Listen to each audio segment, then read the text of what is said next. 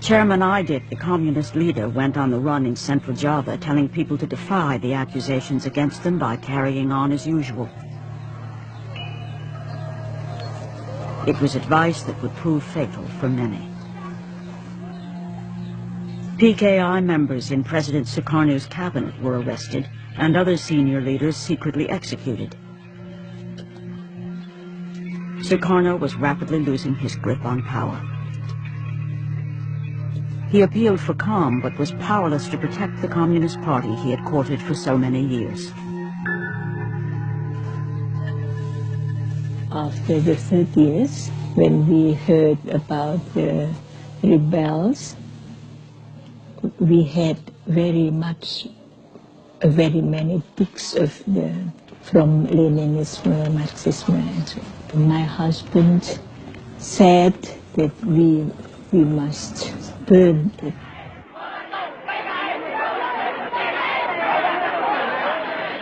Mobs of students hit the streets in protest against the PKI. The army supplied them with lists of targets to be attacked. The Communist Party headquarters was the first to be destroyed. As time went on, we saw that the anti-Sukarno factions of students gained in strength and importance, and of course they were manipulated and steered by the army. I often saw army officers talking with or conferring with students, letting them know how far they could go that day.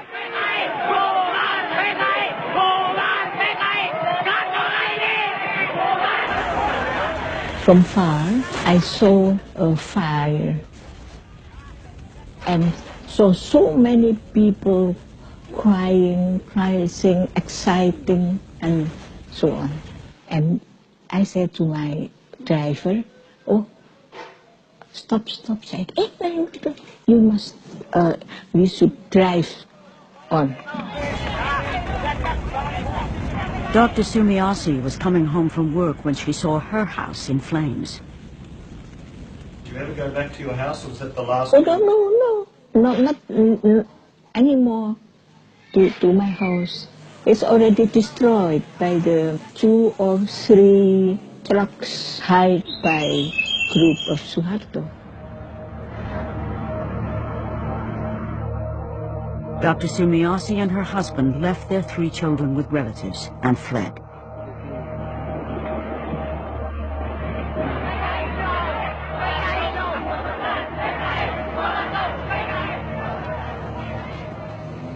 Carmel Budiarjo lost her job as a translator in the Indonesian Foreign Office almost immediately.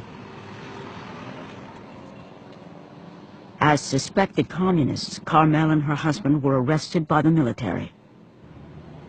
I was sitting in the small room on the side here,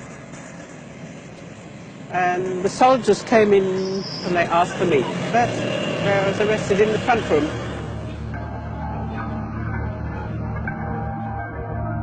When we were sitting in this jeep taking us out of town, the fellow who was in charge, he said, "You have to blindfold." And that completely destroyed me, because I just couldn't understand why they were doing this. So I became hysterical then. And of course you always have the worst idea of what was going to happen. You know, you'd be taken off and shot or something like that. She was to spend 4 years as a political prisoner.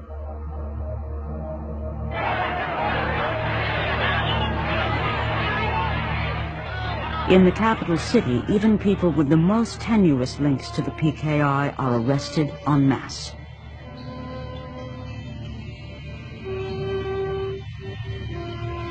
With the names of party members being given under torture, the net gets wider and wider.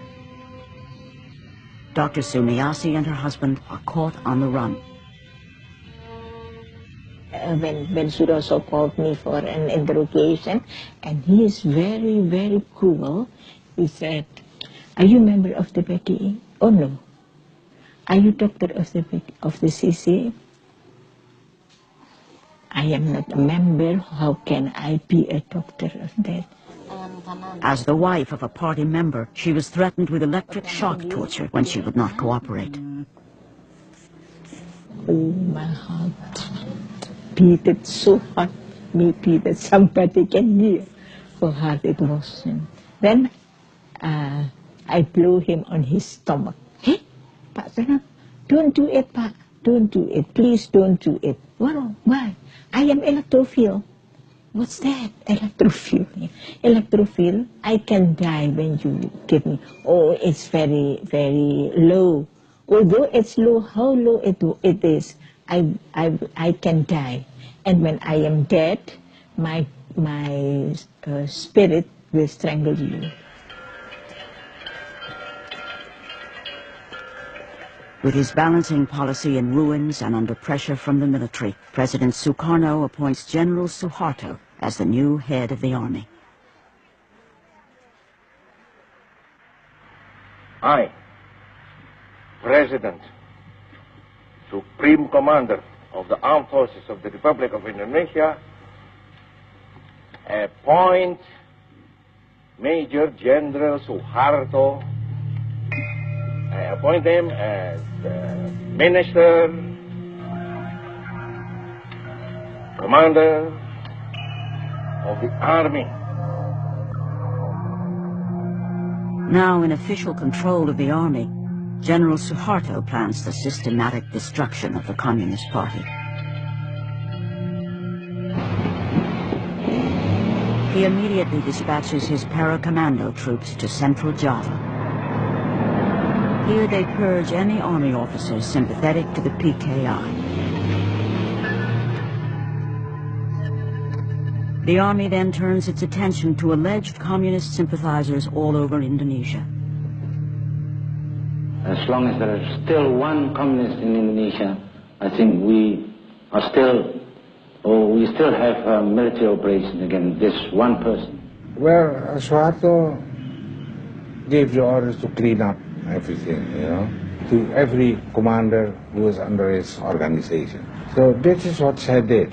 I ordered all my people to send patrols out and captured everybody in the PKI post.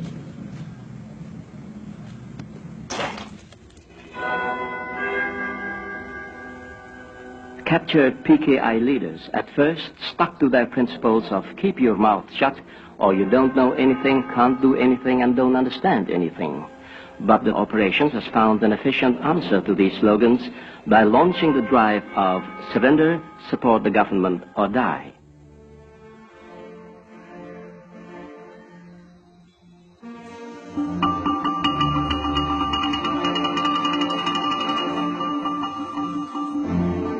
The district of Prambanan, known for its 1,000-year-old Hindu temple, was one of the first to feel the wrath of Suharto's ideological cleansing campaign.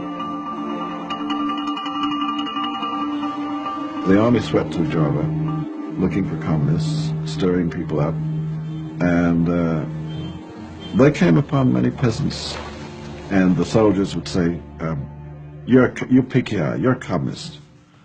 And the poor peasant farmer would say, what do you mean PKI? What are you talking about?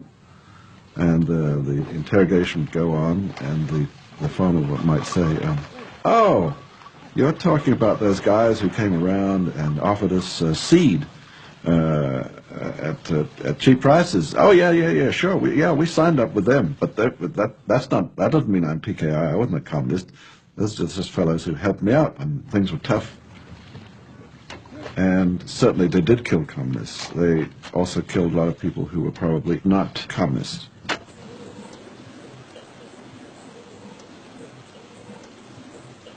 Bila dipuruki kan bur yang mati kepedil wonten lepen iki. Sore gawe ruangan nek anu nggih bubur. Ana sing sejarah niku nggih akeh ning kula mboten ngerti. Wong Giliran kok lesa wengi. Nek sing Klaten wong edan, nek sing Prambanan wong Kulon.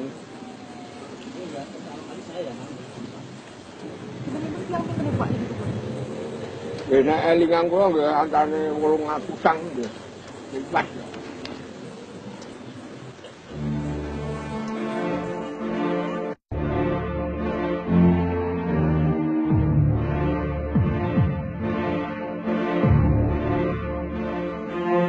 The army was in complete control. You couldn't get 10 feet out of Jakarta without proper papers and permission from the army. After hearing reports of great slaughter going on, I was finally allowed to drive down there. At that time, there were 2 or 3 military trucks filled with civilians, families, men, women, children. And we were told these were communist suspects. This wasn't something I was supposed to see. But I can recall that day there was something like 2,000 people just in that one day being rounded up and taken to a central holding place. One of the most amazing things was that you had a major, massive communist movement done in with weaponry and power and force that was contributed by the Soviets, which is, there's a tremendous irony in that. And well, you can't help but take a certain satisfaction in that.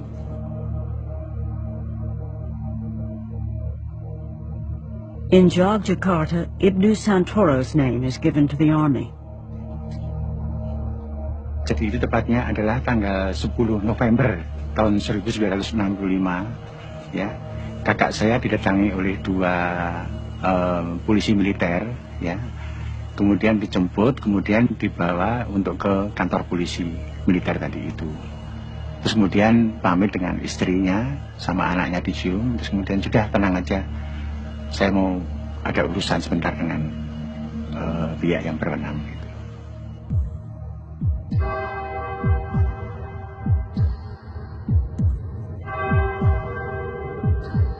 Ibnu Santoro was taken to this interrogation center, only a few hundred meters from his house.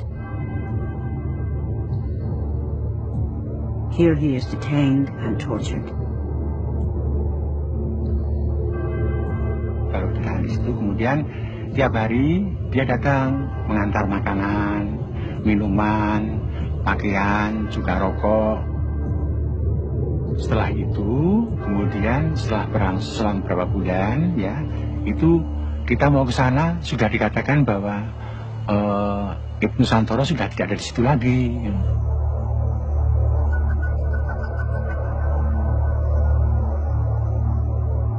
Ibnu was taken on a 4-hour drive with 22 others. One of Ibnu's fellow prisoners on the truck manages to write a list of everyone's names on the journey that day. He persuades one of the soldiers to draw a map of their final destination, which makes it back to relatives.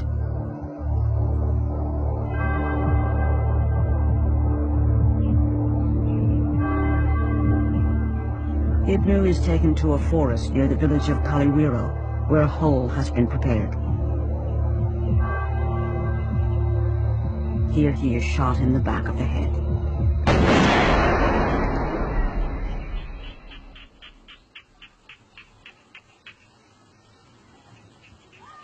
Seven weeks after the murder of the generals, Communist Party chairman Aidit is finally captured in central Java. He's forced to sign a confession and is then executed on General Suharto's personal orders. The once invincible President Sukarno is now powerless to prevent the wholesale slaughter unfolding in his country. General Suharto and the army now plan his downfall and the complete takeover of government. The military arms civilian death squads and supervises further mass killings. This man was part of a Muslim militia gang in East Java in 1965. Sometimes, all the students were collected in a certain place, and then instructed by a certain leader from the army, and they distribute to us a number of people, and ask us to kill them. So we know exactly that this is organized. The U.S. provided secret financial assistance.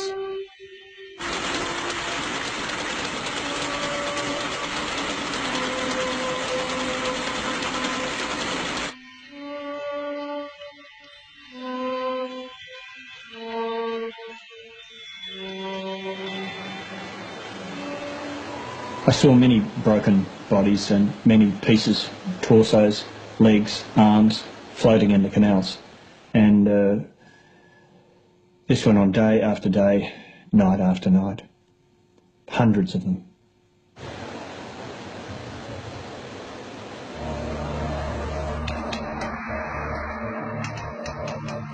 Although there were several journalists inside Indonesia filing reports, the true story of a one-sided slaughter did not immediately reach the Western public. I reported many interviews of catastrophic occurrences, but a lot of them didn't see the light of day in newspapers. I wrote a daily file for Time magazine, and I also sent reports to the BBC and to NBC News. Most of my material was going through other journalists who were staff people in Singapore, and they would edit my stories, discard my stories, because they didn't believe them. It's incredible that they could second guess and kill my stories that I was gathering on the spot.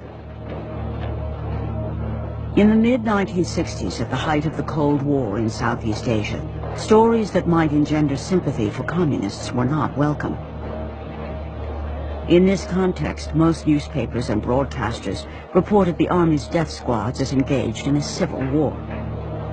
There really was no sense that there was a centrally organized slaughter of alleged communists. It was being presented from all directions as a sort of running battle going on between, you know, organized communism and an organized army. It was a cleaning up operation. It was not a slaughter. The word slaughter didn't pass anyone's lips at that time. The scale of it was not understood.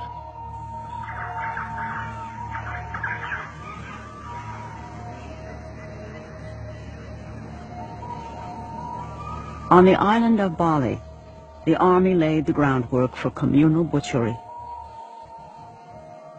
Propaganda teams toured the countryside, spreading stories of PKI plans for women to seduce and castrate soldiers to obtain weapons.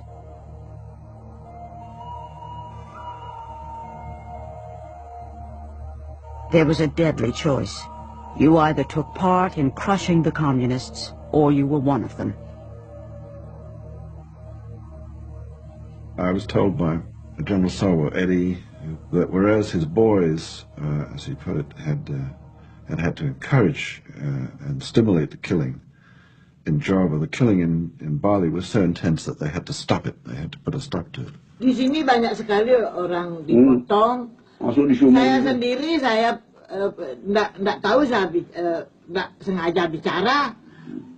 Ketemu saya orang dipotong, saya begini. Nih kenapa anaknya sih salah, saya menangis, saya sama anak saya pada saat nangis, kenapa nangis, nanti dipotong, saya tidak laki.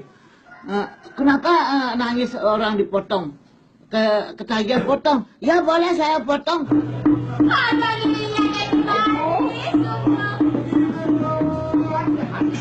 Today, the tourist brochures sell Bali as an exotic paradise. They don't mention that 80,000 people were butchered here in the space of only 2 weeks.